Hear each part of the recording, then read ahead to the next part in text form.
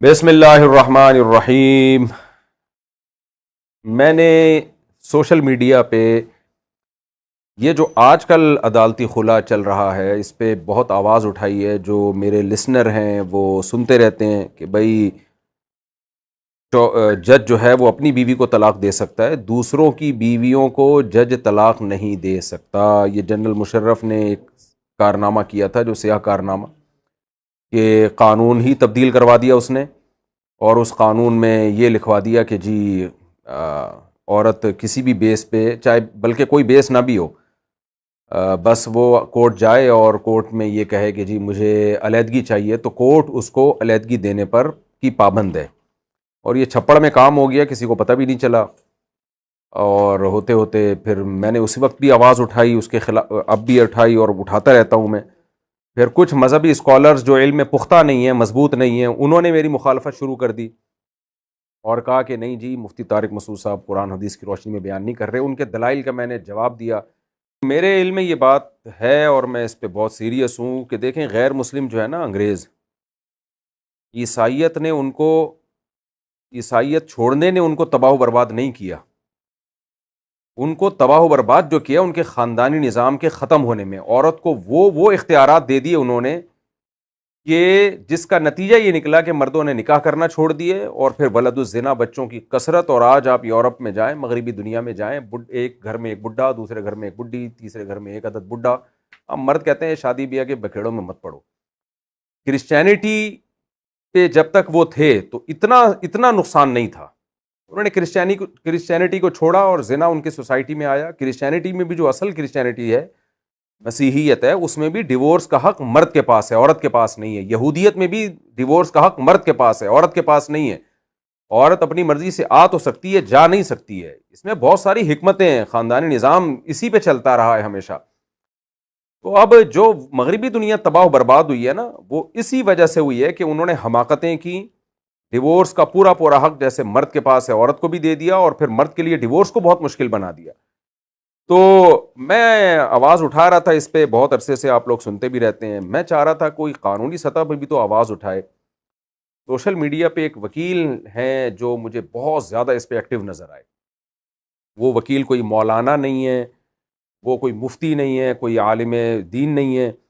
लेकिन उन वकील की जब मैंने मौसर आवाज़ सुनी, बहुत ज़बरदस्त उन्होंने आवाज़ उठाई। कह रहे हैं हम इस अदालती खुला को नहीं मानते। उन्होंने यहाँ तक कहा कि मैं आवाम को जमा करूँगा, इसके ख़िलाफ़ एहतजाज करूँगा। मैंने कहा यार, कोई एक ख़ानदानी वकील नज़र आया जो पुरज़ोर अंदाज में इस अदालती खुला, जिसने ख़ानदानी निज़ाम को तबाह बर्बाद कर दिया, इस पर आवाज़ तो उठाई किसी ने। मुझे लगा कि ये वकील साहब का मकसद कोई शोहरत या कोई लालच नहीं है, बल्कि ये शख्स भी फैमिली सिस्टम को बचाने के लिए, क्योंकि उन वकील साहब के पास केसेस जो आ रहे थे ना, उसमें उनको अंदाज़ा हो गया था कि ये हम गलत सिम की तरफ जा रहे हैं। पंजाब असम्बली में भी 12-13 साल पहले एक खातून है, नाम उनका जहन से निकल गया, मुस्लिम लीग की खातून थी। उन्होंने आवाज़ उठाई थी इस पर, लेकिन उनकी आवाज़ को भी दबा दिया गया। हालांकि वो औरत थी, उन्होंने भी आवाज़ उठाई है, कोर्ट का खुला ये सही नहीं है और इससे हमारा ख़ानदान निज़ाम तबाह हो रहा है। औरत एक मर्द से खुला लेके कहीं और शादी, फिर वहाँ से खुला लिया, कहीं और शादी, एक धंधा बना लिया है। जो जायज़ खुला है उसको अभी भी जायज़ कहते हैं, लेकिन ये जो नाजायज़ खुला है इसकी मैं कभी हिमायत नहीं करता। तो वो जो वकील साहब हैं, सैयद मोहम्मद अहमद, तो जब मैंने बहुत ज़्यादा उनके क्लिप देखे और मैंने कहा यार एक बंदा आवाज़ उठा रहा है, तो फिर मैंने लड़कों के ज़िम्मे लगाया। मैंने कहा भाई इस वकील साहब से रब्ता करो। अल्हम्दुलिल्लाह हमारा रब्ता हुआ उन वकील से। पता चला जी लाहौर में रहते हैं।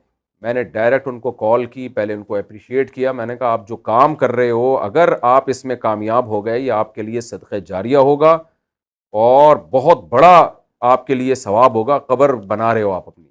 और मैंने इनसे कहा मुझसे जो ताउन चाहिए मैं आपको वो ताउन देने के लिए तैयार हूँ। मैंने कहा आप मुझे कहते हैं कि मैं लाहौर आ जाऊँ, मैं आपके साथ एक पॉडकास्ट करना चाहता हूँ, ताकि आपके पास जो नॉलेज है, जो केसेस आते हैं, वो तो ज़्यादातर वकीलों के पास आते हैं, तो आप अपनी नॉलेज हमारे साथ शेयर करें, हमारे जो लिसनर हैं उनके साथ शेयर करें। इनका बड़ापन है। इन्होंने कहा नहीं मुफ्ती साहब मैं खुद आ जाता हूँ। कल रात ये लाहौर से फ़्लाई करके सिर्फ स्पेशली इस पॉडकास्ट के लिए आए हैं, यहाँ ठहरे हैं रात होटल में, और आज ये मुझसे मिलने के लिए आए हैं। तो मैं इनका बहुत शुक्रिया अदा करता हूँ। अस्सलाम वालेकुम। वालेकुम अल्लाह अस्सलाम आपको मुफ्ती खुश साहब, रखे, अल्लाह आपका आपको शुक्रिया। जज़ाए खैर दे। आमीन। सबसे पहले तो मुफ्ती साहब का बहुत शुक्रिया। मुफ्ती साहब ने जो बातें डिस्कस की कि इस वक्त मुआशरे में जो सबसे बड़ी तबाही है ना, वो हमारा मुआशी निज़ाम नहीं है, वो हमारा इखलाकी निज़ाम है जिसकी तबाही हो चुकी है। और जिस भी मुआशरे के अंदर जब इखलाकियात नीचे गिर जाती हैं, पस्ती में चली जाती हैं, वो मुआशरा तबाह होकर रह जाता है। बतौर वकील जब मैं अदालतों में जाता हूं, मुख्तलिफ किस्म के केसेस आते हैं मेरे पास, तो आप यकीन जानिए कि दिल इस कदर परेशानी में मुब्तला हो जाता है कि उस वक्त ना मुझे वो मर्द नजर आ रहा होता जो कि एक शौहर है, ना वो औरत नजर आ रही होती है जो कि एक बीवी है। मुझे वो मासूम बच्चे जो अभी अपने बाप को ठीक तरह जान भी नहीं पाते, जिन्हें पता नहीं होता कि इस शख्स की मेरी जिंदगी में क्या अहमियत है या अल्लाह पाक ने इसको मेरे लिए क्या बनाया हुआ है। मैं अक्सर कहता हूं कि मां के पैरों तले जन्नत है तो बाप भी जन्नत का दरवाजा है। कतई नजर इस बात से कि मैं औरत के खिलाफ बात करता हूं या मैं मर्द के हक में बात करता हूं, मैं उस निजाम के खिलाफ बात करता हूं जिसने इस औरत को, आज की औरत को इंस्टिगेट किया हुआ मर्द के खिलाफ जाने में। बहुत सी अहादीस भी मौजूद है। मैं इस हवाले से तो मुफ्ती साहब के सामने बिल्कुल भी बात नहीं करूंगा क्योंकि वो इल्म का समंदर रखते हैं, जो भी है जी, वो इस हवाले से इल्म का समंदर है उनके पास दीनी लिहाज से। मैं कानूनी लिहाज से बात करूंगा। अभी लोगों को कानूनी लिहाज से जो खुला है वो समझ नहीं है कि वो खुला होती क्या है। अक्सर हम ये केसेस में देखते हैं कि एक खातून नाराज होकर अपने मायके में चली गई। हमारे माशरे में मर्द में ना थोड़ी सी फिर भी ईगो पाई जाती है जो उस पर जचती भी है। मर्द में थोड़ी सी ईगो जचती है। अब वो क्या होता है, मैंने कई केसेस में ऐसे देखा कि अगर उसकी बीवी चली गई है तो वो थोड़ा सा अना में रहा कि चलो मैं 2-4-5 महीनों बाद जाऊंगा, मैं मना के ले आऊंगा। मैंने कई केसेस ऐसे देखे कि जिसमें वो अपनी बीवी को 4-5 महीने के बाद बना के वापस लाने के लिए गया है, लेकिन वहां पे जाके उसे ये पता चला कि जो बीवी उसकी नाराज होके आई थी अब वो उसकी बीवी नहीं रही, उसका निकाह ही खत्म हो चुका है। ना सिर्फ निकाह खत्म हो चुका है बल्कि वो खातून आगे किसी और के निकाह में जा चुकी है। तो जब ये चीज सामने आती है तो हम अल्हम्दुलिल्लाह मुसलमान हैं, हमें शरीयत ने कुछ रास्ते, कोई तरीकाकार बताए हुए हैं। अब जब हम उन तरीकों को छोड़ के डी ट्रैक होंगे तो तबाही डेफिनेटली ना सिर्फ हमारे मुआशरे का और हमारी नस्लों की तबाही जो है वो इस वजह से होगी। अच्छा, अब सबसे पहले मैं खुला के जो कानूनी मायने हैं मैं वो समझाना चाह रहा हूं। जो खुला अदालत में औरत की तरफ से फाइल की जाती है, ये खासतौर पे बहने गौर से सुने कि जिन्हें जो कम इल्मी में, जिन्हें पता नहीं होता, कुछ लोग गलत गाइड कर देते हैं या वो समझती हैं कि कोर्ट ने मुझे डिसोल्यूशन ऑफ मैरिज का एक ऑर्डर दे दिया तो अब मैं अपने शौहर की जोजियत से निकल चुकी हूं। ऐसा बिल्कुल भी नहीं होता। देखिए, जब भी एक औरत अदालत में जाके खुला का केस फाइल करती है उसे कहते हैं suit for dissolution of marriage. इसका मतलब है कि तंसीख निकाह, और कानून में भी पूरे फैमिली एक्ट में पढ़ के देख ले, जज साहब को कहीं पर इख्तियार नहीं है कि वो किसी की बीवी को खुद तलाक दे तंसीख निकाह की सूरत में। वो सिर्फ खुला की डिग्री जारी करते हैं, बर बनाए तंसीख निकाह की डिग्री जारी करते हैं, बर बनाए खुला। अब उसका एक अगला प्रोसीजर होता है, वो उसमें जो डिग्री कोर्ट की होती है उसमें कोर्ट 90 डेज का टाइम देती है कि जनाब ये जो हमने आपका निकाह तंसीख किया, आप अब यूनियन काउंसिल में जाएं। सेक्रेटरी यूनियन काउंसिल जो है वो आपके जो शौहर को, वो कोर्ट साबिका शौहर का वर्ड यूज नहीं करती उस पर। अगर तो वो तलाक हो चुकी है तो फिर साबिका शौहर का कोर्ट वर्ड यूज करेगी। कोर्ट साबिका शौहर का वर्ड यूज नहीं करती उसमें। कोर्ट कहती है जी सेक्रेटरी यूनियन काउंसिल उसे अपने पास तलब करे और दोनों की रिकॉन्सिलिएशन की कोशिश करे, जो कि एक बार अदालत में नाकाम हो चुकी है। और ये 30 एंड 90 डेज का प्रोसेस होता है। लेकिन अनफॉर्चुनेटली जो औरतें कम इल्मी में हमारी यूनियन काउंसिल्स में जाके किसी भी तरीके से, हमारा पाकिस्तान है, निज़ाम है, सब जानते हैं क्या है, वो 10-15 दिन में, 20 दिन में, महीने में अपना वो सर्टिफिकेट लेती है और अगला निकाह कर लेती है। जबकि ना शरई लिहाज से उसका पहला निकाह खत्म हुआ और ना कानूनी लिहाज से उसका पहला निकाह खत्म हुआ। लेकिन जब अगर आप ये कह रहे हैं, क्योंकि जो कानून मैंने पढ़ा है किताब में उसमें तो ये था कि जज एक तरफा खुला दे सकता है औरत को, चाहे वो कोई वैलिड रीज़न भी ना हो। आपने उसमें एक चीज़ ये ऐड कर दी है कि वो अगरचे वो खुला की डिग्री थमा देगा, लेकिन फिर आगे कानून ये कहता है कि यूनियन काउंसिल से उसको एग्जैक्टली उसका मौसर सर्टिफिकेट, हाँ इफेक्टिव सर्टिफिकेट लिया सर्टिफिकेट जाए, जो तो है वो वो 10-15 दिन में सर्टिफिकेट लेके वो फारिग हो जाती है। तो खुलासा यही निकल रहा है कि यानी जिसकी बीवी है उसने डिवोर्स नहीं दी है, नहीं दी, और ना शरई तकाजे पूरे किए जा रहे हैं और ना कानूनी तकाजे पूरे किए जा रहे हैं। तो ये जो जजेस लोग हैं, एक आप तो बिल्कुल आराम से बैठे, रिलैक्स होके आराम से ठीक है। अभी आप कोर्ट में नहीं है, ठीक मैं जी, अभी आप कोर्ट में नहीं। जजेस जो हैं इनको खुद नहीं पता ये कि हम जो कुछ कर रहे हैं, मुफ्ती क्योंकि साहब मेरी किसी वकील से बात हुई, उसने कहा बिल्कुल पाकिस्तान में तो चूंकि इस्लामी लॉ है और ये हो ही नहीं सकता कि ये खुला गैर शरई हो। तो आपके जहन में कैसे ख्याल आ गया इसका? देखिए, मैं एक बड़ी वाजिया चीज, ना सिर्फ मैं एक इस बात को वाजिया करता हूं बल्कि पूरे पाकिस्तान के तमाम स्कॉलर्स को भी चैलेंज करता हूं, तमाम कानून दानों को भी चैलेंज करता हूं। आए मेरे सामने, कॉन्स्टिट्यूशन ऑफ पाकिस्तान 1973 ये कहता है कि पाकिस्तान में कोई ऐसा कानून नहीं बनेगा जो कुरान और सुन्नत के मुनाफी होगा। जी जी। अब जब कॉन्स्टिट्यूशन ऑफ पाकिस्तान ने जिसके अंडर सारे लॉज चलते हैं ये बात कह दी हुई है, तो उसके नाक के नीचे ऐसा कानून कैसे चल सकता है? फिर से एक बात की मैं क्लैरिफिकेशन दे दूं कि जज साहब बाउंड हैं उस फैमिली एक्ट के जिसमें यह लिखा हुआ है कि एक औरत, देखिए यहां पे मैं इसको मजीद थोड़ा सा मैं बात को लंबा करूंगा थोड़ा समझाने की गर्ज से। देखिए, खुला औरत का अल्लाह पाक ने ये औरत को इख्तियार दिया है कि वो अपने शौहर से खुला ले सकती है, लेकिन उसका एक तरीकाकार भी दीन ने बताया। देखिए, मैं थोड़ा सा बात काट रहा हूँ। ये जो लफ्ज़ इस्तेमाल किया जाता है ना, अल्लाह ने औरत को खुला का राइट दिया है, इसका मतलब क्या है ये समझना चाहिए। ये खुला का राइट का मतलब ये है कि बहुत सारे मज़ाहिब में औरत की जब निकाह हो जाता था मर्द के साथ, तो अलहदगी की कोई सूरत मुमकिन ही नहीं थी। मर्द तो डिवोर्स दे सकता था, औरत को डिवोर्स के मुतालबे का भी हक नहीं था, बिल्कुल बुरा समझा जाता था। इस्लाम ने यह किया कि अगर ये दोनों हुदूदुल्लाह पे कायम नहीं रह सकते, तो औरत को इसकी परमिशन दी कि तुम अपने शौहर को राज़ी कर लो कि महर दे के उसको एग्रीमेंट कर लो उसके साथ कि वो तुम्हें छोड़ दे। एग्जैक्टली। और ये काम शौहर सीरियस नहीं लेता अगर, तो कोर्ट के जरिए भी शौहर पे दबाव डाला जा सकता है। बिल्कुल। तो ये मतलब नहीं था कि शौहर राजी ना हो और औरत, शौहर दे नहीं रहा और कोर्ट दे दे, ये नहीं है। कोर्ट उस सूरत में मियाँ बीवी का निकाह ख़त्म कर सकती है जब शौहर उसके बुनियादी हुकूक भी अदा ना कर रहा हो, तो फिर कोर्ट खुला नहीं देगी, वो तनसीख निकाह करेगी, तनसीख निकाह करेगी, लेकिन उसकी अलग शराइत हैं। तो ये दो चीज़ों को लोग खलतमल करते हैं। खुला का हक का मतलब ये है कि औरत शौहर से पैसों पे डिवोर्स का मुतालबा कर सकती है, वो होगी डिवोर्स ही। जब बास फुका के नज़दीक वो डिवोर्स नहीं होगी, डिवोर्स ना होने का मतलब ये है कि निकाह ख़त्म हो जाएगा, लेकिन अगर मियाँ बीवी की दोबारा शादी है तो शौहर को 3 तलाक़ों का हक होगा, यानी वो तलाक काउंट नहीं होगी। और हनफिया के नज़दीक ये कि वो तलाक काउंट होगी। तो एक इख्तलाफी मसला है। डिवोर्स का मेरा मतलब है होगा वो, यानी शौहर ही निकाह ख़त्म करेगा। इस पर पूरी उम्मत का, ताकि शिया जो मसलक है उसका भी इजमा है इसके ऊपर कि जज नहीं दे सकता, ये जज शौहर को राज़ी करेगा। बिल्कुल ठीक है। जज को बीच में इसलिए डाला जाएगा कि जो शौहर है वो जज की बात को सीरियस लेगा। जब हुकूमत इन्वॉल्व हो जाती है, शौहर उसको सीरियस लेगा। औरत मुतालबा करती रहे, शौहर सीरियस नहीं लेगा।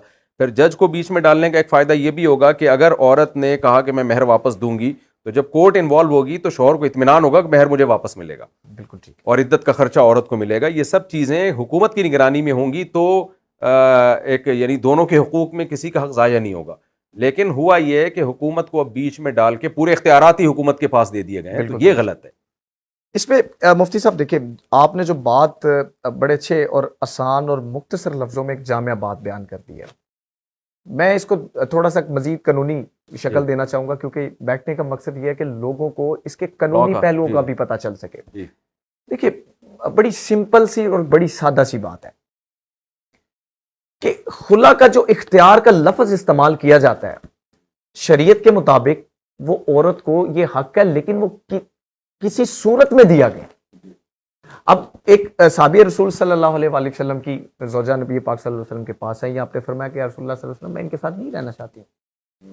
तो आप सल्लल्लाहु अलैहि वसल्लम ने बतौर काजी खुद फैसला नहीं दे दिया, आपने उनके शौहर को बुलाया और उनसे कहा कि ये खातून आपकी ज़ौजा आपके साथ नहीं रहना चाहती, और उनकी ज़ौजा को कहा कि अगर, लफ्ज अगर, कि अगर आप अपने माल का कुछ हिस्सा इन्हें दे दें तो ये आपको छोड़ने पर रजामंद हो सकते हैं।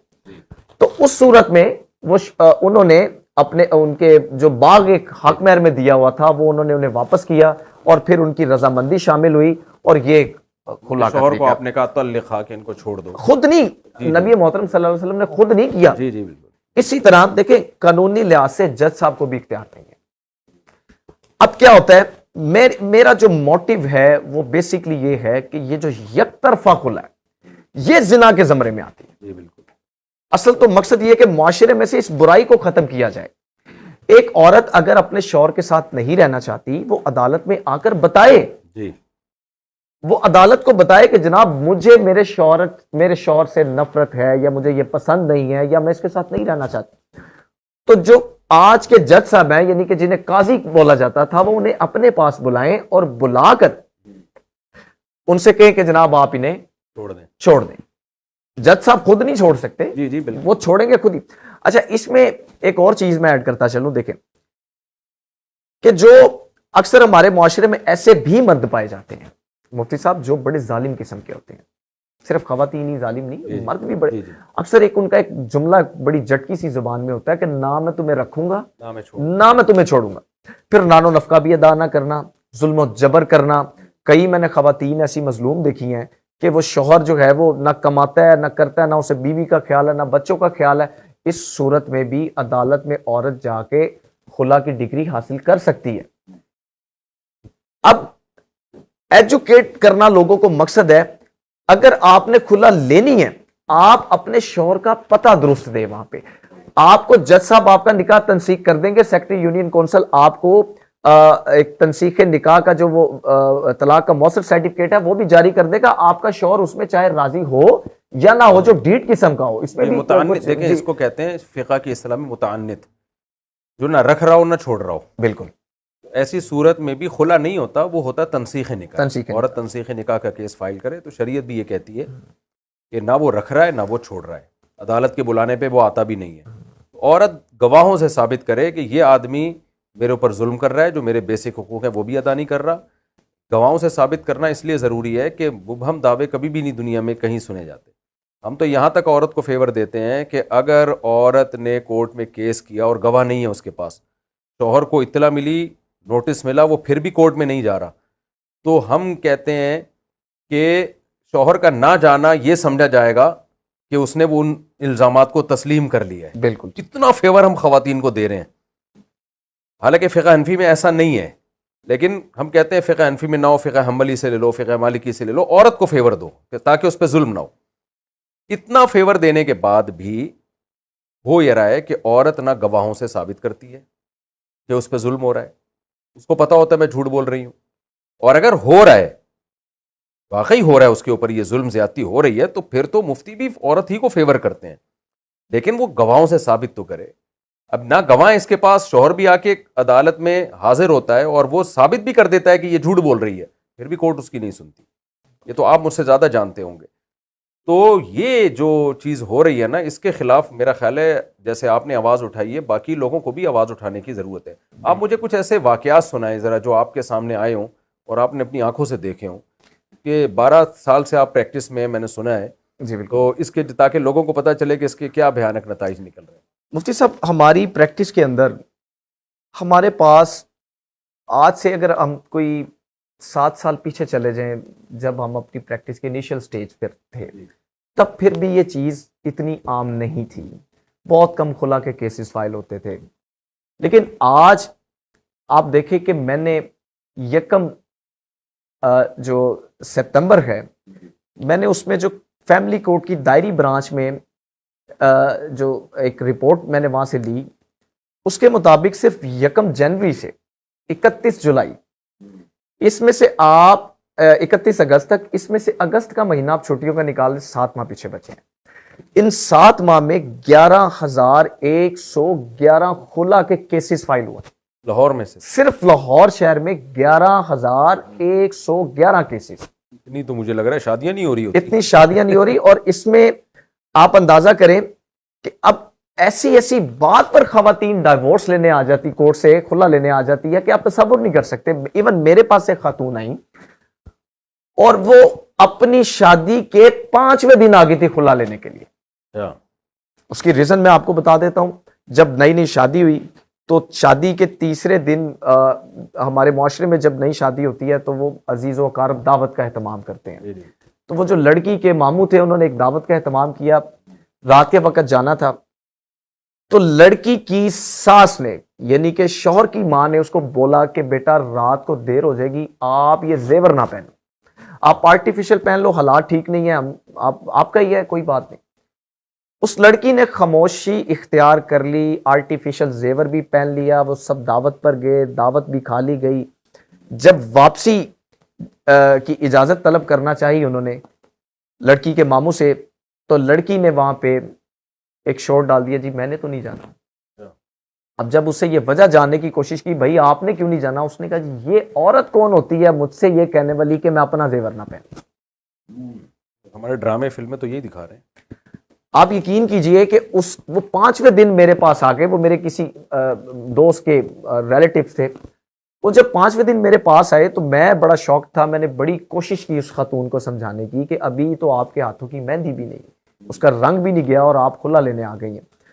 तो इस तरह के वाकयात ये सामने आते हैं। ये क्यों आते हैं, असल वजह क्या है, इसको बड़े अच्छे वकील हैं, वरना वकील तो बड़े खुश होते हैं, चलो यार एक मुर्गा फंसा। नहीं देखिए मुफ्ती साहब, देखिए मैं वकील हूं, मेरा काम वकालत करना है, ये मेरा प्रोफेशन है, मेरा रोजगार भी ये है।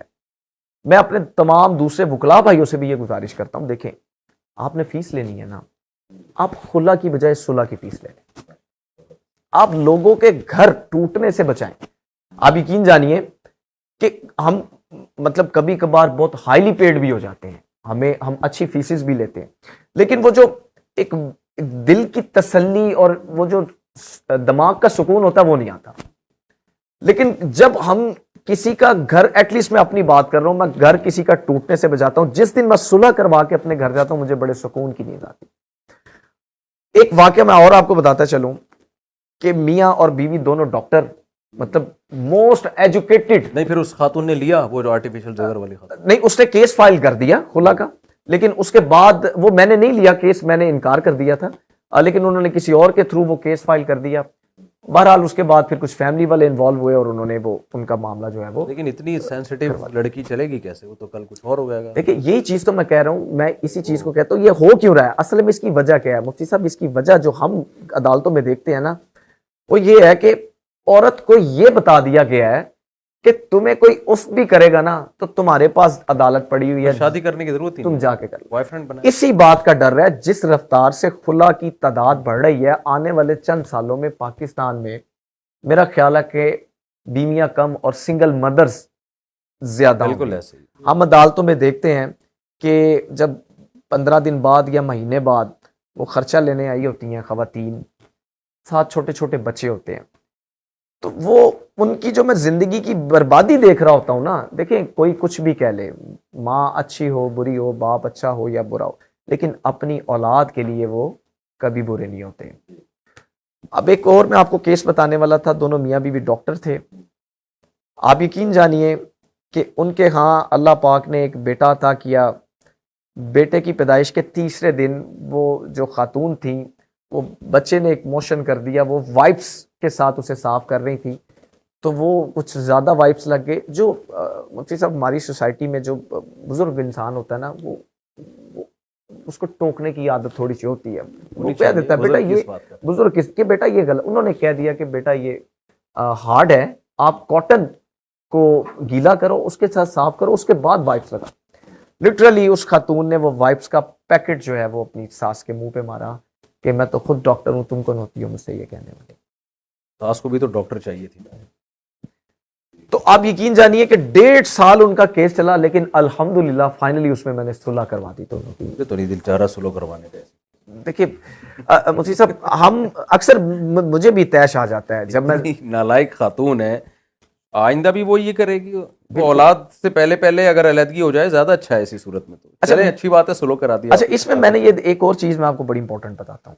मोस्टली जो मैंने केसेस देखे हैं, जैसे ही पहला बच्चा पैदा होता है ना, बड़ी पते की बात, तो औरत देर हो जाती माँ के घर चली जाती है। या तो वो किसी छोटी बात का बहाना बन जाता है, या अक्सर मैं देखता हूं इस बात को बहाना बनाती है। इवन मेरे एक मुझे कॉल आई, शायद जेलम से कॉल थी उनकी, वो मुझे कहने लगे कि मेरी सास आके झगड़ा किया करती थी कि तुम मेरी बेटी को खिलाते पिलाते नहीं हो। तो वो कहते कि जब मेरा बेटा पैदा हुआ ना, तो वो उसका वजन 4 किलो था। तो मुझे नहीं खिला पिला के था, तो रोज मुझे खिला डॉक्टर ने कहा कि भाई इसको क्या खिलाया हुआ है आपने। तो इस तरह की बहुत सारी चीजें सामने आती हैं।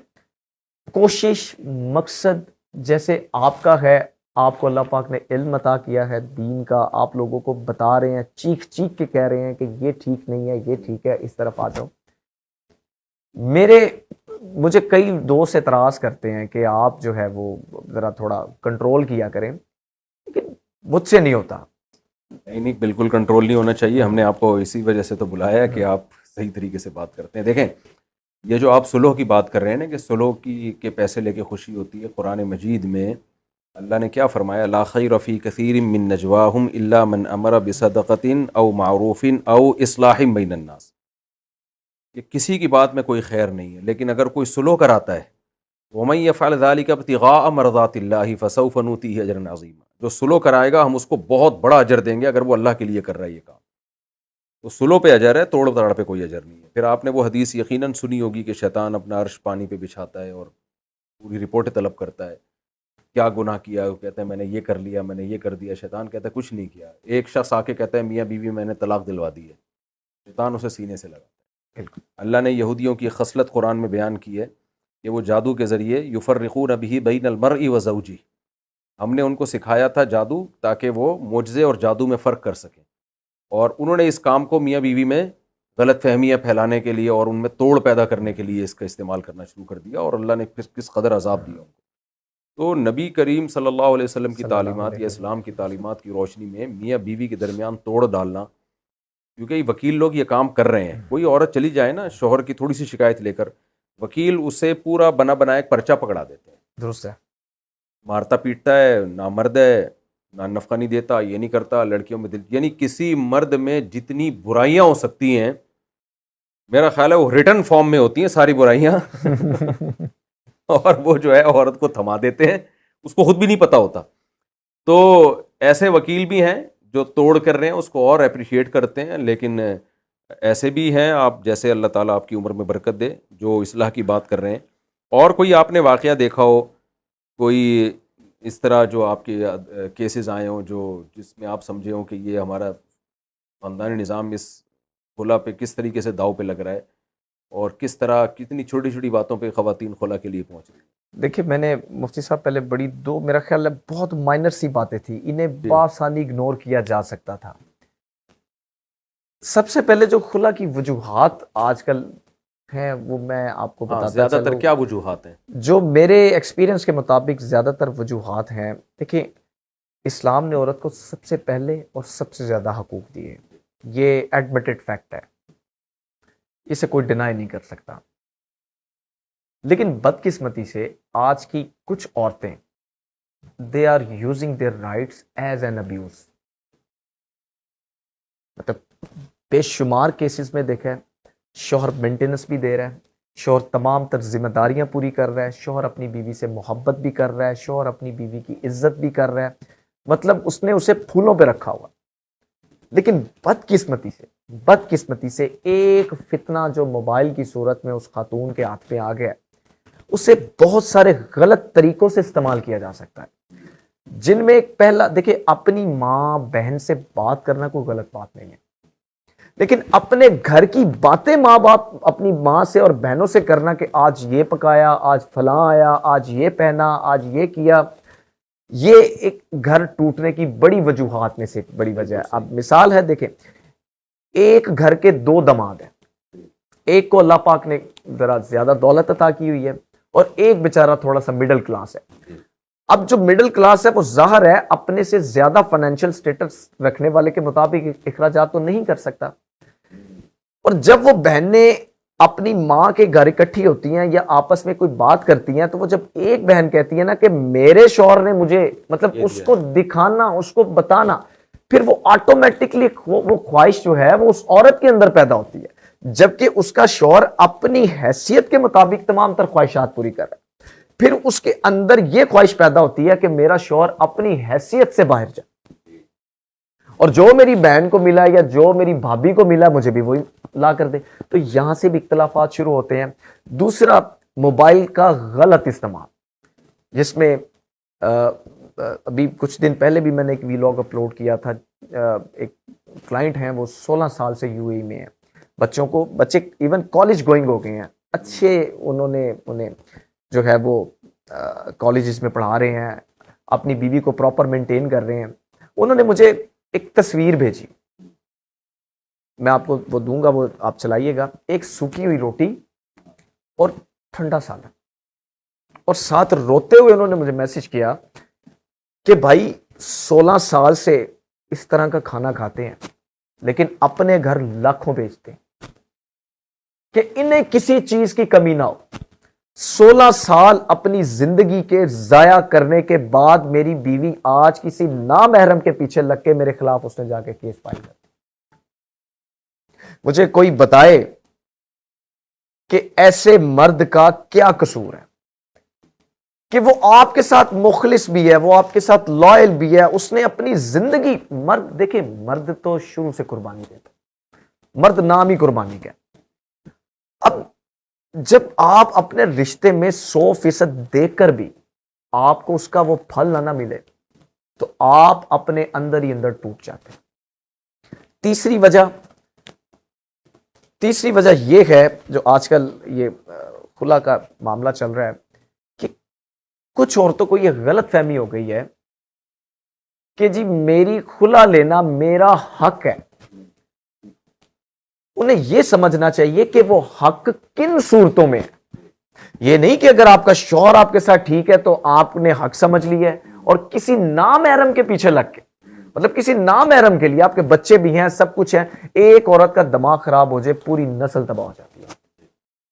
मैंने कई बच्चों को, एक केस में मैंने देखा, मां बच्चों की बाप से मुलाकात नहीं करवा रही थी, हमने उसमें कोर्ट में एप्लीकेशन फाइल की, सेक्शन 100 के तहत हमने उसके वारंट गिरफ्तारी जारी करवाए, बैलफ के जरिए बच्चों को रिकवर किया, कोर्ट में प्रोड्यूस किया, और आप यकीन जानिए कि उन बच्चों को उनके बाप ने जब देखा तो वो बच्चों की तरफ नहीं भागा, वो वहीं पे गिर के ज़ारो कतार रोने लग गया। तो मैंने उसे संभाला, मैंने पूछा क्या हुआ है, तो वो कहने लगा कि वकील साहब, जब ये खातून मेरे से बच्चे लेके गई थी ना, उस वक्त बच्चों की तस्वीर और वीडियोस में आपको दिखाता हूं, और अब देखें आप इनकी क्या हालत है। ऐसा ही है, मेरे साथ भी एक केस ऐसा हो चुका है। ये एक खातून आई थी और आलिमा थी वो, तो उन्होंने कहा कि भाई ये मेरा शौहर बड़ा जालिम है, मैंने कोर्ट से खुला लिया है, शरीय लिहाज से वो खुला है या नहीं है। मैंने जामिया रशीद से 1-2 मुफ्ती हजरात को बुलाया, ख़ुद भी मैं बैठा, हमने कहा आपका केस, हमने कहा ये खुला तो सही नहीं हुआ आपका, लेकिन हम आपका केस खुद स्टडी करते हैं, देखते हैं आपके शौहर में क्या ख़राबी है, तो हम फिर आपको सही गाइड करेंगे, अगर ये वाकई ज़ालिम है हम आपका निकाह ख़त्म करवाएंगे। तो उस खातून ने कहा मेरा शौहर ये करता था, नान नफ़क़ा नहीं देता था, वगैरह वगैरह, बच्चों से नहीं मिला। जब उसके शौहर को बुलाया है ना, वो बच्चों को देख के रो पड़ा वो, और कहा मैं 3 साल के बाद इन बच्चों की, बेटियां थीं, 3 साल के बाद इन बेटियों की शक्ल देख रहा हूं मैं, इसने मुझे 3 साल तक मिलने नहीं दिया इन बच्चियों से। यानी हमें पता चला कि इस खातून ने नहीं मिलने दिया असल में, और वो बच्चियां बाप से नफरत कर रही हैं। छोटी बच्ची है, उसके जहन में जोर डालेंगे। बिल्कुल ठीक है। फिर जब नान नफ़क़े की बात आई, तो नान नफ़क़े का पता चला, उसने कहा कि मैं नान नफ़क़ा दे रहा हूं, और अगर इनको ये ख़तरा है कि मैं नहीं दूंगा तो मैं अभी एडवांस चेक बना के दे देता हूं आपको, 2 साल के मैं चेक बना के दे देता हूं और आप गारंटी ले लो। मैंने कहा मैं गारंटी लेता हूं उस खातून से, उस खातून को मैंने कहा, लेकिन फिर भी नहीं गई। मैंने उस खातून को कहा, मैंने कहा मोहतरमा ये आपका दिमाग ख़राब हो गया, ये कोई शरीक खुला वुला नहीं। तो ऐसे कुछ केसेस मेरे सामने भी आ चुके हैं, ऐसा भी केस मेरे सामने आ चुका है खातून ने शौहर से खुला लिया। अच्छा, ये खुला वाली ख़वातीन करती क्या हैं? अच्छी भली ज़िंदगी शौहर के साथ गुजर रही है, उसकी थोड़ी बहुत कड़वी कसीली बर्दाश्त नहीं होती, और नया शौहर फिर जितना भी आड़ा तिरछा हो ना, वो बर्दाश्त करना वो बर्दाश्त करना पड़ता है। फिर खुद भी जॉब कर रही होती हैं, वो अलग जॉब कर रहा होता है, इसके बच्चों पे वो खर्च भी नहीं कर रहा होता, बिल्कुल दोस्त। और वहां गुजारा चल रहा होता है इनका। तो अल्लाह ताला ने औरत की फितरत में जल्दबाजी रखी है, तो उस जल्दबाजी की वजह से अल्लाह ने औरत को राइट नहीं दिया अलहदगी का। ये जो आपने एक बात की है ना कि मर्द हमारे यहाँ कुर्बानियाँ देते हैं, कि जब ये आपकी बात जाएगी ना मीडिया पे तो हमारी बहुत सी ख़वातीन को आग लग जाएगी। जी बिल्कुल। तो वो कहेंगी नहीं, मर्द कहाँ से कुर्बानी। देखें, कुछ मर्द ऐसे हैं जो नालायक हैं, कुर्बानी नहीं देते। मेजॉरिटी 99% आप अपने बाप को देख लो, अपने भाइयों को देख लो, तो 99% हमारी सोसाइटी में मर्द बहुत ज़्यादा कुर्बानियाँ देता है। बेशक, इसमें कोई शक नहीं। कहते हैं ना, तो रफुल अशिया उबी अज़दादिहा, किसी भी चीज़ को देखना हो तो उसके अपोजिट से देखा जाए। जब आप कंपेयर करते हैं ना किसी एक सोसाइटी को दूसरी सोसाइटी से, आप जाएं यूरोप अमेरिका में जाके देखें, वहाँ के मर्दों को देखें, कोई रिस्पॉन्सिबिलिटी नहीं है, किसी किस्म की कोई जिम्मेदारी नहीं। बच्चे ही पैदा नहीं करते इस चक्कर में कि हमें कोई इनका खर्चा ना उठाना पड़ जाए।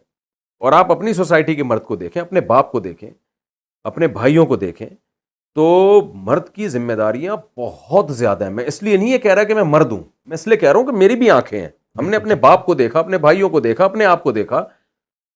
तो एक अंग्रेज़ खातून आई थी, बहुत पुरानी बात है, 2014 या 15 की बात होगी। एक अंग्रेज़ खातून थी, मेरे दोस्त था, उसकी कोई क्लास फेलो थी, वो उठा के ले आया मेरे पास कि इंटरव्यू लेना चाहती है, इस्लाम को समझना चाहती है। उसने कहा आपके कितने घर हैं, मैंने बताया, बच्चे। उसने कहा कि इसकी ये सब माशाल्लाह जॉब वॉब करते हैं। मैंने कहा नहीं भाई, सबकी जिम्मेदारी हम पर। वो बहुत बड़ी हैरान हो रही थी कि क्या मर्द ऐसे भी होते हैं जो सारे ख़ानदान की जिम्मेदारी खुद उठाई हुई हो। मैंने कहा हमारे यहाँ सारे ऐसे ही होते हैं, ये कोई मैं नहीं हूँ। तो हमारी ख़वातीन को गोरे वाले अखलाक चाहिए, बिल्कुल ठीक है। कि हर वक्त शौहर थैंक यू करता रहे, लेकिन जिम्मेदारियां वो उठाने के लिए तैयार नहीं है जो गोरियां उठाती हैं। बिल्कुल ठीक है, ठीक है, बात में बिल्कुल जबरदस्त। यानी हलवे खाने के लिए मुस्लिम है, जिम्मेदारियां के लिए मुस्लिम नहीं है। इधर मैं आपकी कथा कलामी के लिए आपको माजर चाहता हूँ। देखें, इस तरह की जो खवातीन है ना, जो ये कहती हैं कि मर्द जिम्मेदार नहीं है, मतलब जो अब चीखेंगी, मतलब सुन के, ऐसी औरतों को कभी आप मिलें तो आप उनसे पूछेंगे ना कि दुनिया का सबसे बेहतरीन बाप कौन है, तो वो कहेंगी मेरा बाप। आप उनसे पूछेंगे दुनिया का सबसे बेहतरीन मर्द कौन है, तो वो कहेगी कि मेरा भाई। दुनिया की सबसे बेहतरीन औरत कौन है, वो बोलेगी मेरी मां। लेकिन जो उसके बच्चों का बाप है, वो दुनिया का सबसे घटिया तरीन मर्द होता है उसकी नजर में। उस मर्द की मां दुनिया की बुरी तरीन औरत होती है उसकी नजर में। ये बेसिकली एक डिस्क्रिमिनेशन जो इन्होंने एक खुद से पैदा। देखिए, औरत काबिल इज्जत है, औरत काबिल एहतराम है, मर्द भी काबिल एहतराम है, लेकिन ये काबिल एहतराम कब तक होते हैं, जब तक वो अपनी उन लिमिट्स को क्रॉस ना कर लें जो हमारी शरीयत ने हमें दी। अच्छा, वैसे मैं आपकी बात में एक ऐड करूं, ये भी पुराने ज़माने में था। अब जो नई जनरेशन आ रही है ना, वो अपने बाप को भी दुनिया का बेहतरीन बाप नहीं कहती। अब बच्चियां भी बाप की आंखों में आंखें डाल के बात करने लगी। वो अब बाप को भी बाप। अब जो नई नस्ल आ रही है, उनको बार बार ये बावर कराया जा रहा है कि मर्द जो है ये सिर्फ एक धौंस जमाने वाली शख्सियत है। और ये जो मेरा जिस्म मेरी मर्जी वाली ख़वातीन है ना, इन्होंने औरत को जब आज़ाद किया है तो सिर्फ बीवी को शौहर से आज़ाद नहीं किया, बहनों को भाइयों से, बेटियों को बाप से भी आज़ाद किया। बिल्कुल ठीक कह रहे हैं। और बेटियों को बाप से क्या, माँ से भी आज़ाद किया। माँओं की भी नहीं चल रही है। तो हमारा फ्यूचर इधर को जा रहा है। बिल्कुल ठीक है। ये सब आज़ाद आज़ाद इंडिविजुअलिज्म, ये सिर्फ ये है कि खाने के लिए अब्बा अब्बा हैं, नचोड़ने के लिए माँ माँ है, और शौहर की पतलूनों से पैसे निकालने के लिए वो हस्बैंड है। बिल्कुल ठीक है। जब हुकूक देने की बारी आए, आज ही का केस है, एक साहब ने कहा कि मैं नहीं चाहता मेरी वाइफ जॉब करे, मैं खिला रहा हूँ पिला रहा हूँ, वो जॉब करती है तो वो सारा दिन दफ्तर में होती है। फिर ज़ाहिर है शैतान वसवसे डालता है बीसियों किस्म के, और घर में बच्चों की एक आध बच्चा है, वो औलाद भी नहीं पैदा कर रही है, और जो बच्चे उसकी देखभाल नहीं हो रही है, शाम को थकी हुई आती है, सो जाती है। तो मेरा तो घरेलू लाइफ बिल्कुल डिस्टर्ब हो रही है। आज ही का वाक़या है। मैंने कहा आप वाइफ को रोक दो, आप जॉब से, ये तो आपका हक है, आप उसको रोक सकते हो। कह रहे हैं नहीं, वो कहती है कि आपका कोई राइट नहीं है। साफ मुंह पे कह देती है मैं करूंगी जॉब, आप कौन होते रोकने वाले। तो कहते हैं मैं डिवोर्स अगर देता हूं तो वही बच्चे रुल जाएंगे। फिर आप तो वकील हैं, आपको पता है कि डिवोर्स देने के बाद मर्द की जो जो अदालतों में उसको नचोड़ा जाता है, वो तो पहले से भी ज्यादा बुरा हाल हो जाता है उसका। बिल्कुल। यानी कोर्ट में महीने में 2 दफा बच्चे की मुलाकात, और उस मुलाकात का खर्चा भी शौहर से लिया जा रहा है, कन्वेंस का खर्चा। अच्छा, यहां भी आप वकील हैं, आप एक बात को खूब अच्छी तरह जहन में रखें। देखें, इस्लाम ने बच्चे के बाप पे सारा खर्चा डाला है, ये एक हकीकत है। बच्ची की जब तक शादी नहीं हो जाती, बच्चा जब तक बालिग नहीं हो जाता, उसकी टोटल उसका नान नफका बाप के जिम्मे। यहां तक तो कोर्ट सही करती है, बिल्कुल शरीयत के मुताबिक। बिल्कुल ठीक है। लेकिन एक और चीज इस्लाम ने बाप को यह राइट दिया है कि बच्चे की तरबियत बाप की मर्जी से होगी। बच्चा बचपन में रहेगा मां के पास, लेकिन तरबियत बाप की मर्जी की होगी। बाप अगर चाह रहे इस स्कूल में ना पढ़े, फलां स्कूल में पढ़े, तो बाप को शरीयत, यानी सरबरा बाप ही रहेगा। डिवोर्स के बाद बाप की सरबराही सिर्फ औरत पे खत्म होती है, बच्चों पे खत्म नहीं होती। बीवी पे खत्म होती है, बच्चों पे खत्म नहीं होती है। शादी ब्याह में, हर चीज में। और हफ्ते में एक दिन बाप बच्चों को अपने साथ रख भी सकता है। ये जितनी भी इस्लामी कवानीन की किताबें कि भाई ठीक है, बच्चा रहेगा मां के पास, लेकिन हफ्ते में एक दिन बच्चों को रात बाप के साथ गुजारने दी जाएगी। अब अदालत क्या कर रही है, बाप को निचोड़ने के लिए तो शरीयत का लॉ लिया हुआ है। बिल्कुल ठीक है। राइट जो बाप को दिए हैं कि सरबराही बाप की होगी, बाप की मर्जी चलेगी, उसमें बाप की 2 टके की हैसियत नहीं है, वो सारी मां की मर्जी चल रही होती। बेटी कपड़े मां की मर्जी की पहन रही है। मिसाल के तौर पर बाप अगर मजहबी शख्सियत है, वो नहीं चाहता कि मेरी बच्ची अधूरे कपड़े पहने, तो मैं अपनी बच्चियों की मजहबी तरबियत करना चाहता हूं, लेकिन मां लिबरल है, वो चाहती है कि नहीं मैं अपनी बच्ची को मॉडर्न बनाऊंगी, तो बाप की नहीं सुनी जाएगी, मां की सुनी जाती है। हालांकि इस्लाम ये कहता है कि बाप की सुनी जाएगी। तो यहां भी कोर्ट एक गड़बड़ ये कर रही है। अच्छा, मैं अमेरिका में और दूसरे मुल्कों में जो मैंने वहां लॉयर से मिला हूं, वहां तलाक के बाद औरत के इतने राइट नहीं है जितने हमारे यहाँ हैं। ये भी अच्छी बात है। यानी हमारे जो जजेस हैं या हमारे कानूनदान हैं, वो उन लोगों की गुलामी में उनसे भी 2 हाथ आगे चले। वहां ये सलूक नहीं होता बापों के साथ कोर्ट में, जो हमारी कोर्ट में जो बाप के साथ सलूक हो रहा है। मुफ्ती साहब देखिए, सबसे पहले तो ये बात मैं मर्दों से कहना चाहूंगा कि बहुत सारे मर्द ऐसे मैंने देखे हैं अपनी वकालत में जिन्हें अपने राइट्स का ही नहीं पता। अब कई मर्द जो हैं अक्सर वो कॉल करते हैं या ऑफिस में आते हैं तो कहते हैं जी वकील साहब, मुझ पे मेरी बीवी ने खर्चे नानो नफके का केस फाइल किया हुआ जी, अदालत ने मेरा खर्चा लगा दिया, मैं खर्चा दे रहा हूँ जी। कब से दे रहे हैं? मैं 4 साल से दे रहा हूँ। अच्छा चले, आप बच्चों से मिलते हैं? नहीं जी मैं तो नहीं मिलता। तो कहा जी मैं तो महीने बाद जाता हूँ, मैं खर्चा देता हूँ तो मैं आ जाता हूँ।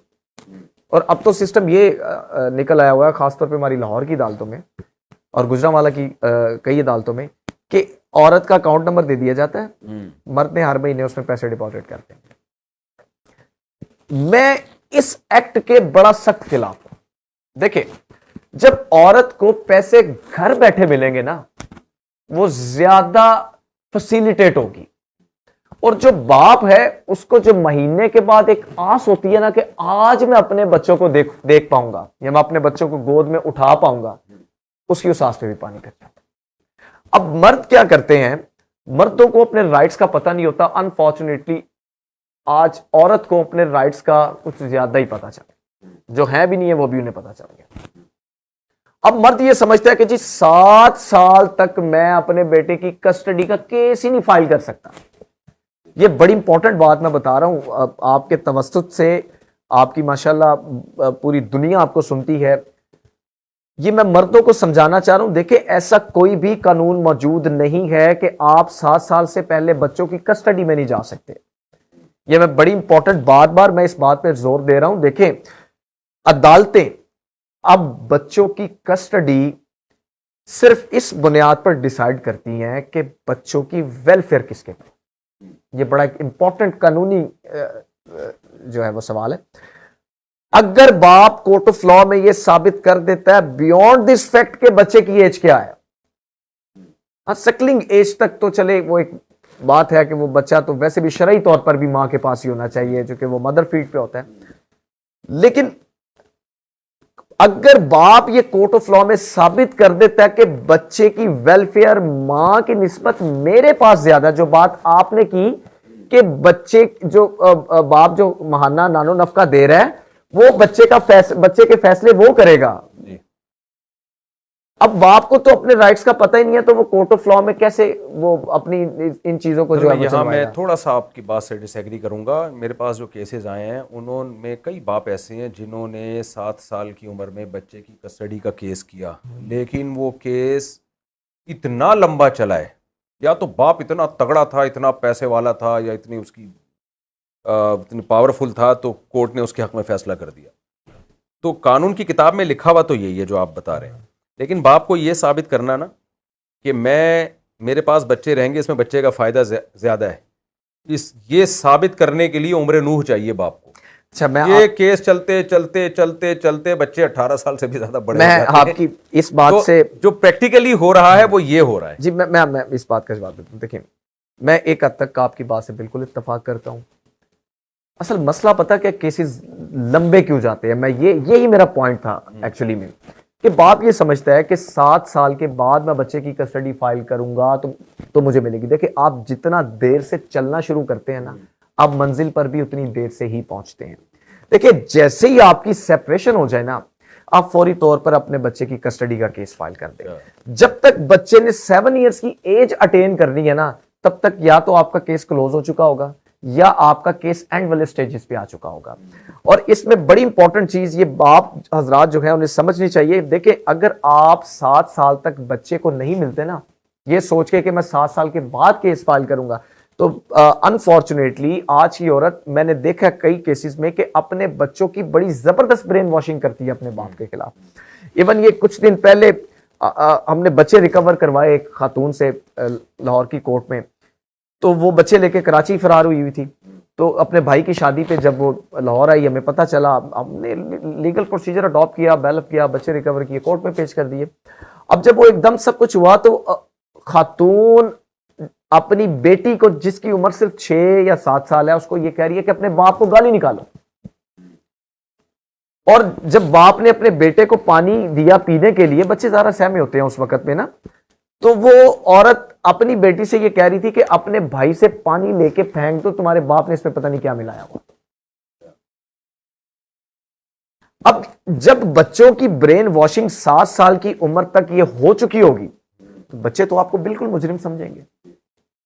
आप बच्चों की परमानेंट कस्टडी डिसाइड करने के केस के साथ साथ बच्चों के साथ विजिटेशन का केस लाजमी फाइल किया करें। इससे एक नई बात पता चली है कि जब भी ऐसे सेपरेशन हो तो बच्चे छोटे ही हों, बेशक बाप को अगर कस्टडी चाहिए तो उसी, ये बातें वकील बताते नहीं जी, बाप उसी वक्त परमानेंट कस्टडी का केस फाइल करे, कोर्ट उसे खारिज कर दे, कोर्ट उसे लेकिन साथ में बच्चों के साथ विजिटेशन शेड्यूल की एप्लीकेशन लाजमी करे। वो बाप का राइट है। देखिए, अगर बाप प्रॉपर नानो नफका अदा कर रहा है तो अदालत ये बिल्कुल बाप को फेवर देती है कि वो मां बच्चों की माहाना बल्कि महीने में 2 बार बच्चों से मुलाकात करवाए, और उसके बाद दोनों ईदों पे, बच्चे की बर्थडे पे, बाप की बर्थडे पे, और इसके अलावा जब बच्चा थोड़ी सी मजीद अप एज में आ जाता है तो होम विजिटेशन भी उसमें कोर्ट अलाउ कर देती है, जिसमें समर वेकेशंस, विंटर वेकेशंस, बाप बच्चों को अपने घर ला सकता है। तो ये जो बात थी ना कि वो मर्द केस फाइल करता है, तो वो वकील भी तगड़ा होना जरूरी है शायद। जी बिल्कुल, क्योंकि अब जो हमारे सामने केसेस आए उसमें बापों का बड़ा ही बड़ा रखा। देखिए, ये ऐसे होता है। वो देखिए, औरत अगर, अच्छा इस बात पे मेरा कानून अपनी अदालतों के साथ एक गिला है, मर्द 2 महीने खर्चा ना दे उसके वारंट जारी कर देते हैं, बैलफ उसके दरवाजे पे पहुंच जाता है, जिसने उसकी जमानत दी होती है, उसकी प्रॉपर्टी की ऑक्शन करने के लिए इश्तिहार निकाल दिए जाते हैं, मतलब इस हद तक उसको ख्वार किया जाता है। अब यही मर्द है जिसने कोर्ट के ऑर्डर को ना माना, 1 माह या 2 माह खर्चा ना जमा करवाया, उसको हथकड़ियां लग गई और वो जेल चला गया। अब जब तक पैसे और जो रिमेनिंग अमाउंट है उसकी श्योरिटी कोर्ट में जमा नहीं करवाएगा, वो बाहर नहीं आएगा। अब वही ऑर्डर अगर खातून कोर्ट का डिसओबीडियंटली उसको इग्नोर कर दे, कोर्ट ने कहा हुआ है कि तुमने बच्चे की मुलाकात बाप से करवानी है, औरत बच्चे नहीं लेके आती, सेक्शन 100 के वारंट कोर्ट जारी भी कर दे तो बड़ी मुश्किल से बैलफ जाता है उसको। वो मेरा ख्याल है कि अपनी 10-12 साल वकालत में सिर्फ 3 या 4 खवातीन को देखा होगा जो इस तरह से, नहीं तो उन्हें फर्क ही कोई नहीं पड़ता। अदालतों को चाहिए, देखिए जिस तरह आप औरत की बगैर, अब दोबारा मैं खुला वाले पॉइंट पे आ रहा हूं, एक औरत को बात ये भी समझनी चाहिए, अगर आप अपने शौहर के साथ नहीं रहना चाह रही ना, ये बड़ी कानूनी बात बता रहा हूं, आपको उस पर इल्जाम लगाने की कोई जरूरत नहीं है। आपको उस पर कोई इल्जाम लगाने की जरूरत नहीं है। अगर आपको वो पसंद नहीं है, अगर जो वो एक्ट कर रहा है वो हकीकतन वो आपके साथ हो रहा है, आप वो फिर उसका इजहार करें। लेकिन अगर आपको वो पसंद नहीं है, आप सिर्फ इस वजह से नहीं रहना चाह रही उसके साथ, तो आप सिर्फ कोर्ट को जाके ये भी कह देंगे ना कि मैंने इसके साथ नहीं रहना, तो आपकी खुला हो जाएगी। कोर्ट से होगी, वो शरी खुला नहीं कहलाती। खैर शरीयत उस खुला को नहीं मानती। लेकिन तो ये जो हम बात को बस समेटने की तरफ लेके जाते हैं, ये आप क्या समझते हैं, इसमें तब्दीली कैसे मुमकिन है? ये जो वफाकी शरी अदालत ने तो इसी खुला के बारे में मैंने सुना है कि वो जज साहब से मेरी बात भी हुई वफाकी शरी अदालत के, उनको तो समझ ही नहीं आ रहा था। वो बुखारी की हदीस पेश कर रहे थे, मैंने कहा उस बुखारी की हदीस में तो है कि उन शोहर ने डिवोर्स दी है, बिल्कुल खुद थोड़ी यानी जज ने तलाक दी है। तो जब वफाकी शरी अदालत के जज का ये हाल है, क्या ये पॉसिबल है कि वफाकी शरी अदालत में दोबारा केस फाइल किया जाए मजबूत बुनियादों पे दलाइल के साथ? तो आप क्या समझते हैं, कोई बेहतरी की उम्मीद है? जी, इसमें बिल्कुल हम दो तरीकों से बेहतरी ला सकते हैं। असल मकसद ये है कि जो हमारा मुआशरा, जो हमारी जो अब नस्लें जो जवान हो रही है ना, वो एक टूटा हुआ खानदानी निज़ाम ना पाए। असल मकसद ये है, हमें हमारे बच्चों को पता हो कि ये हमारा बाप है, इसका क्या मुकाम है, ये हमारी माँ है, इसका क्या मुकाम है। औरत को मर्द का और मर्द को औरत की इज्जत का पता हो, विदाउट एनी जेंडर डिस्क्रिमिनेशन। और ये जो आप भी बात करते हैं, या जो मैं कानूनी तौर पे बात करता हूं, कि तमाम औरतों को ये समझना चाहिए कि हम औरतों के खिलाफ नहीं करते हैं। बेसिकली ये औरतों के फेवर में जा रही है, क्योंकि देखें ये फैमिली सिस्टम तबाह होगा ना, मर्दों के तो मजे हैं, मर्दों के मजे, क्योंकि औरत को भी मर्द तो चाहिए ना। बिल्कुल वो बीवी बनाए बगैर गर्लफ्रेंड बना के उससे रिलेशन कायम करेगा, और कुछ कोई नान नफका कुछ भी नहीं, जो यूरोप अमेरिका में चल रहा है। सर ये है कि फिर मुआशरा गुनाह की तरफ ही जाएगा ना, तो वो जो फिर उस गुनाह में शामिल होगा वो उसकी सजा पाएगा। जी, जी, जी। अब इसको हम कवर कैसे कर सकते हैं, इसको कंट्रोल कैसे कर सकते हैं? देखिए, सबसे पहले तो मेरी माँ बाप से ये गुजारिश है, सबसे पहले हमारे बड़े बताया करते थे कि जब हमारे दौर में किसी बेटी की रुखसती होती थी ना, तो उनसे ये कहा जाता था कि बेटा अगर आपके घर में कोई छोटी मोटी नोकझोंक होगी ना, तो आप उसे अपने घर में ही कवर करना।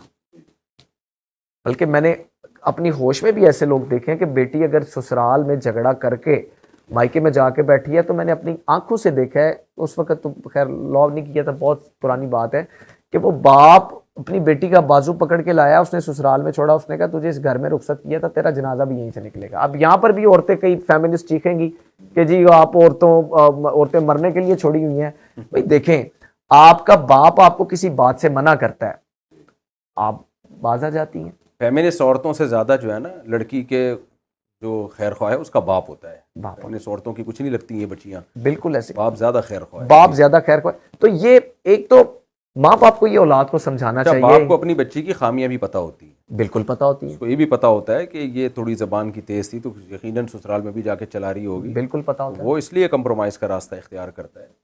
अच्छा, इसमें ये बात भी है कि बहुत माएँ बहुत ज़्यादा गुस्सा करेंगी ऐसी बात सुन के, मेरे पास जो केसेस आते हैं उसमें तलाक दिलवाने में माओं का बड़ा नहीं, ये हकीकत है, ये आपने बड़ी इंपॉर्टेंट बात की है, ये 100% हकीकत है। देखें, अगर आज की माँ, मैं ये बात फिर वहीं पे आ गई कि जैसे मैंने पहले कहा कि अगर माँ बाप अपनी औलादों को, अपनी बेटियों को ये समझाए ना कि बेटा तुम्हारा ससुराल ही तुम्हारा सब कुछ है, वो टिकी रहती है वहां पे। छोटी मोटी बात मायके में भी हो जाती है, और बल्कि औरत को यह भी समझना चाहिए कि जो मायके में होती है ना फिर बाद में, वो बहुत खतरनाक, वो बहुत से लड़ाइयां हो रही होती हैं बेटियों की, भाभियां नंदों से तो ऐसे जैसे आप चंगेज खान को भूल जाएं आप। अब माएँ क्या करती हैं, उनका एक दर्स होता है कि हमारी बेटी नौकरानी तो नहीं है आपकी, तुम्हारी सास के हाथ टूटे हुए हैं वो क्यों नहीं बना रही, तुम्हारी ननद के हाथ टूटे हुए हैं वो क्यों नहीं खाना बना रही। यानी कि माँ खुद बेटी को सिखा रही होती है कि जहां पर तुम जा चुकी हो वो तुम्हारा घर है ही नहीं। जी जी। तो जब उसका दिमाग और दिल वहां पे ठहरना ही नहीं है, तो वो अपना घर कैसे बसाएगी। तो मुख्तसरन ये कि माँ बाप, मैं वैसे बच्चियों को जो नसीहत करता हूँ ना, जो आजकल केसेस आते हैं लड़कियों के, माएँ आती हैं सास से लड़ाई हो रही है, मैं एक ऐसी केस आया कुछ दिन पहले, मियाँ बीवी थे, 9 उम्र बच्चा बच्ची थे वो, लड़के से लड़की। तो मैंने उससे उसकी बीवी से पूछा, लड़की से पूछा, मैंने कहा तुम्हारी सास की उम्र कितनी है? कह रही है 70। मैंने कहा बेटा थोड़ा सा बर्दाश्त कर लो, 2-4 साल की कहानी है यार, सारी ज़िंदगी ऐश करोगी, सास ने कोई हमेशा थोड़ी जिंदा रहना होता है। बिल्कुल ठीक है। थोड़ा सा जुल्म ज्यादती बहुत ज़्यादा ना हो, थोड़ा सा आड़ी तिरछी होगी सास, बर्दाश्त कर लो। और तुम्हारे दिल में अपने शौहर तो तुम्हारे शौहर के दिल में हमेशा के लिए जगह बना लोगी तुम। बिल्कुल दुरुस्त। तो यही बात आप कह रहे हैं कि माएँ थोड़ा सा अगर माएँ थोड़ा सा कंट्रोल करें। अब बल्कि 99% केसेस में ये देखते हैं, माँ खुद आती है, बेटी को लेके जाती है, और फिर माँ खुद ही कोर्ट में लेके आती है और बेटी की खुला का केस हो। कई लड़कियां मुझे हमें कहते भाई मैंने नहीं खुला लेनी, मैंने वापस जाना है, मेरी सुलह करवाएं। आप यकीन जानिए, लेकिन माएँ वहां पर उन्हें कह रही होती है अगर तुम वहां पे गई तो हमारा बड़ा हुआ मुंह देखोगी।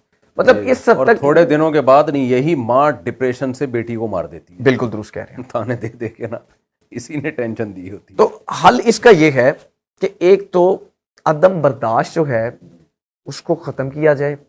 जो बेटियां हैं, बहनें हैं, वो इस बात को समझें कि देखें राइट्स जो है ना, जो आपको आपके शौहर ने दे देने हैं ना, वो जबरदस्ती बाहर से आप छीन के नहीं ले सकते हो, और ना उसका मजा है। दूसरे नंबर पे खुदारा हर चीज का एक मुस्बत इस्तेमाल होता है और एक मनफी इस्तेमाल होता है। मोबाइल का मनफी इस्तेमाल बात करते हैं। तीसरे नंबर पे इस पर हमारी हुकूमत को कुछ नजरसानी करनी पड़ेगी। कुछ फैमिली कोर्ट्स जो फैमिली एक्ट हैं, इनमें इस तरह की अमेंडमेंट्स लेके आए कि अगर औरत की अलैदगी हासिल करना मतलब उसकी बहुत ज्यादा जरूरत बन गई है, तो उसमें देखें कि अगर आपने औरत को खुला कर राइट दे दिया ना, तो राइट्स आप मर्द के भी इन्फ्रेंच ना करें। आप जो बच्चे हैं, जो मासूम हैं, आप उनके फ्यूचर को सामने रखते हुए कोई ऐसी मौसर कानून साजी करें कि जिससे मर्द भी औरत पर जुल्म करता हुआ 1000 बार सोचे और औरत भी मर्द के साथ ज्यादती करती हुई 1000 बार सोचे। बदकिस्मती से मुफ्ती साहब, मैं इस बात से इजाजत चाहूंगा आखिरी बात करके कि हमारे यहां पे कोई ऐसा पैरामीटर ही नहीं है। मैं एक केस आपको बताता हूं। एक केस मेरे पास आया, अच्छी भली लाइफ चल रही थी, सब कुछ था, औरत का अफेयर चल गया कहीं पे, वो भाग गई घर से, सोना शोना ले गई, सारा कैश वगैरह हर चीज ले गई घर से, और बच्चे भी ले गई साथ। तो वो जब शौहर घर आया तो उसने देखा कि जी मेरा तो घर ही खाली है, माल भी नहीं है, बीवी भी नहीं है, बच्चे भी नहीं है। उसने जाके एक पुलिस में FIR करवा दी कि जनाब मेरी बीवी को तो कोई अगवा करके ले गया। ज़ाहिर वो यही सोचेगा, वो तो ये तसव्वुर भी नहीं कर सकता था कि उसकी बीवी का किसी नामहरम के साथ कोई ताल्लुक था। उसने FIR करवा दी। वो FIR होती है हमारे पाकिस्तान पीनल कोड के सेक्शन 496A के तहत। अब वो जब FIR हो जाती है, उसमें ये उसका सब्जेक्ट ये होता है, मजमून ये होता है कि जनाब मैं फलां फलां मेहनत मजदूरी करता हूँ, कानून का एहतराम करता हूँ, मेरी फलां से शादी हुई थी, मोरखा फलां को जब मैं अपने घर आया तो मेरी बीवी और बच्चे घर पे नहीं थे, वो घर की चीज़ें भी गायब थी, तो मुझे फलां फलां ने बतलाया कि कोई नामालूम या कोई फलां शख्स तुम्हारी बीवी को अपने साथ लेके जा रहा था, अगवा करके लेके जा रहा था, किसी गर्ज से लेके जा रहा था। अब वो FIR हो गई। अब वो जब जिस मर्द के खिलाफ FIR हुई होती है, या जिसको वो बाद में ततीमा बयान यानी कि सप्लीमेंट्री स्टेटमेंट में बताता है कि जनाब इसने मुझे पता चला कि ये लेकर गया मेरी बीवी को, तो आप हैरान हो जाएंगे। उसकी बीवी इलाका मजिस्ट्रेट के सामने जाके एक स्टेटमेंट देती है अंडर सेक्शन 164, 164 का एक बयान देती है, वो सारी FIR खारिज हो जाती है। अच्छा, मर्द को कोई रिलीफ नहीं है। क्या बयान देती है वो कहती है जी मैं अपनी मर्जी से गई हूं, मुझे किसी ने अगवा नहीं किया। FIR खारिज उसी वक्त। और ना फिर वो मर्द अपने बच्चों से मिल पाता है, जो चाहे वो थोड़ा नुकसान हुआ है चाहे ज्यादा, जो माल की सूरत में हुआ वो भी उसको वापस, कोई पैरामीटर ही नहीं है कि वो उसको वापस ले ले, क्योंकि कानून ये कहता है कि शौहर बीवी के खिलाफ चोरी की FIR ही नहीं करवा सकता। जबकि हमारी शरीयत ये कहती है कि जो औरत है वो अपने शौहर की गैर मौजूदगी में उसके माल की, उसकी औलाद की और उसकी इज्जत की मुहाफिज है। अब देखिए शरीयत को तो उसने मुकम्मल तौर पे साइड पे कर दिया, और जो शख्स चोट खाए बैठा है उसको कानून की तरफ से भी चोट लग गई। अब उसको समझ नहीं आती कि मेरी ये थी कब, मतलब सब कुछ ले गई, इज्जत सबसे बड़ी चीज उसकी इज्जत भी ले गई। जब वो ये कह देती है ना कि मैं अपनी मर्जी से गई हूं, एक मर्द जो होता है ना वो वहीं पे टूट जाता है। तो इस पे मैं चाहता हूं कि ये कानून यहाँ पे आंखें बंद करके ख्वाबे गफलत की नींद सो रहा है। ये कानून जो है ना, ये हमारे लिबरल लोग हैं जो चाहते हैं कि खानदानी निज़ाम तबाह हो। इसके पीछे तहरीक यही और है। वो ऑलमोस्ट मुफ्ती साहब उनको हो हमारी चुका है। नमाज से, रोज़े से, हज से, ज़कात से कुछ लेना देना नहीं है। कहते हैं नमाज पढ़ो, ज़कात दो, अब रोज़े रखो, कोई फ़र्क नहीं पड़ता। दो चीज़ों को फोकस है, एक निज़ाम सूदी होना चाहिए ताकि चंद लोगों के हाथ में दौलत जाती रहे, और दूसरी चीज़ है बेहयाई। और बेहयाई के लिए कि फैमिली सिस्टम को जब डिस्ट्रॉय कर देंगे तो बेहयाई फैलेगी। ये है पूरी बहस का खुलासा। तो मैं लोगों से एक बात कहता हूँ कि देखो, कानून तो ये लोग हैं जो कानून में तब्दीली की कोशिश कर रहे हैं, हमें इनका दस्तो बाजू बनना चाहिए। आप अगर इजाज़त देंगे तो आपका नंबर भी हम शेयर कर देते हैं ताकि जो लोग आपसे रब्ता करना चाहें तो वो आपसे रब्ता भी कर सकें वो। और मेरा इसमें कोई मफाद नहीं है, मैं चाहता हूँ लोगों की खिदमत हो। लेकिन मैं जब तक कानून तब्दील नहीं होता, मैं लोगों से एक बात कहता हूँ, तुम्हें भी लिबरल आंटियों से शादियों का शौक़ है, जब वो तुम्हारा सर बजाती है ना तो तुम्हारी दिमाग सेट होता है। इतने लौंडे लपाड़ों से मिलता हूँ, शादी पर्देदार नहीं जी, हमें तो मॉडर्न लड़की चाहिए, ये चाहिए, वो चाहिए। तो यही फिर लड़कियाँ जो शरीयत को नहीं मानती, तो जब इनका दिल कहीं और आएगा ना तो ये गोरे को मानती हैं। कहती हैं हम आज़ाद हैं, अगर हमें तुम्हें पहले जमशेद पसंद था, अगर हमें गफ़ार पसंद आ गया तो क्या है इसमें। जमशेद को टाटा करेंगी गफ़ार के साथ, फिर गफ़ार के बाद उनको सत्तार पसंद आ गया तो सत्तार के पास। तो लिबरलिज़म तो इसी चीज़ का नाम है और उसको वो आज़ादी कहती हैं। तो इसमें आप निकाह से पहले पैगंबर ने जो हमें हदीस सुनाई है, तज़व्वजुल वदूद अल वलूद, ऐसी औरत से निकाह करो जो तुमसे मोहब्बत करे और तुम्हें औलाद दे। और दूसरी हदीस में फरमाया कि दीनदार से निकाह करो। तो लड़की में दीनदारी देखें ताकि जब वो अलहदगी की बात करे तो शरीयत को सामने रखे। नंबर 2, वो आपको नस्ल दे। जिस औरत ने आपसे, जो औरत एक आध बच्चे के बाद बच्चा ही नहीं चाहिए उसको, तो इसका मतलब वो ख़ानदान आबाद करना ही नहीं चाहती है। वो वैसे ही आपसे पता नहीं किस सिलसिले में हाजिर हुई थी वो आपके पास है। मैं एक लतीफ़ा सुनाता हूँ ना, एक आदमी की शादी हुई ना, दुल्हन के पास गया, उसको, वो अदीब था तो उसको समझ में नहीं आ रहा था दुल्हन से बातचीत कैसे शुरू करूँ। तो कहता कल मेरी आपसे शादी हुई थी, इस सिलसिले में हाजिर हुआ हूँ मैं। तो मुझे नहीं पता कि मेरी एक बच्चे के बाद बच्चा ही नहीं चाहिए, तो वो किस सिलसिले में आपकी खिदमत में हाजिर हुई थी वो। तो औरत वही अच्छी होती है जो घरदारी वाली हो, नस्ल बढ़ाए, आपकी माँ की खिदमत करे, आपके बाप की खिदमत करे, जो घरेलू लड़कियाँ होती हैं। तो निकाह में इसी को फोकस करना चाहिए, वरना जिन लोगों के सर गंजे हो चुके हैं तो उनके हालात बहुत इबरतनाक हैं। और मर्दों को भी मैं एक बात कहता हूँ कि मर्द में जो ज़्यादा कंप्लेंट आती है ना, वो बदअखलाक़ी की आती है। मर्द लोग घर के बाहर बड़े अच्छे होते हैं, दोस्तों के साथ हंसी मजाक हा हा ही वो कर रहे होते हैं, और घर आते हैं तो तमीज़ से बात नहीं करते। बहुत से घर हमने देखे हैं, मर्द बीवी से मोहब्बत भी करता है, हुकूक भी अदा करता है, सब कुछ है, लेकिन बात तमीज़ से नहीं करता। ये जो ज़बान का ज़ख़म है, ये बहुत डेंजरस होता है, बहुत ख़तरनाक होता है। इज़्ज़तदार औरत को ये लबो लहजा पसंद नहीं आता। हम तो औरत को ये मशवरा देते हैं शौहर की बदअखलाक़ी बर्दाश्त करो, लेकिन वो भी एक हद तक होती है। बाज़ मर्द हर वक्त तंज़िया कलाम, हर वक्त तंज़िया कलाम, कभी भी तमीज़ से बात ही नहीं करते। उनके भी अच्छे भले घर जो है वो टूट जाते हैं। तो इसमें हमारे सामने नबी करीम सल्लल्लाहु अलैहि वसल्लम की सीरत है, उसको सामने रखना चाहिए। वकील साहब आपका बहुत शुक्रिया, हम आपका नंबर भी शेयर करेंगे। और हमारी जो भी इस खुला के कानून को चेंज करवाने में आप जो कुछ करें, हमारी जो भी मदद चाहिए, मैं जब आप लाहौर बुलाएंगे मैं इंशाल्लाह लाहौर हाजिर हूँगा, जहाँ बुलाएंगे इंशाल्लाह मैं हाजिर हूँगा। अल्लाह ताला आपको बहुत जज़ाए खैर दे, आपने हमारे लिए इतना लंबा सफ़र किया। आपका शुक्रिया। जज़ाकल्लाह।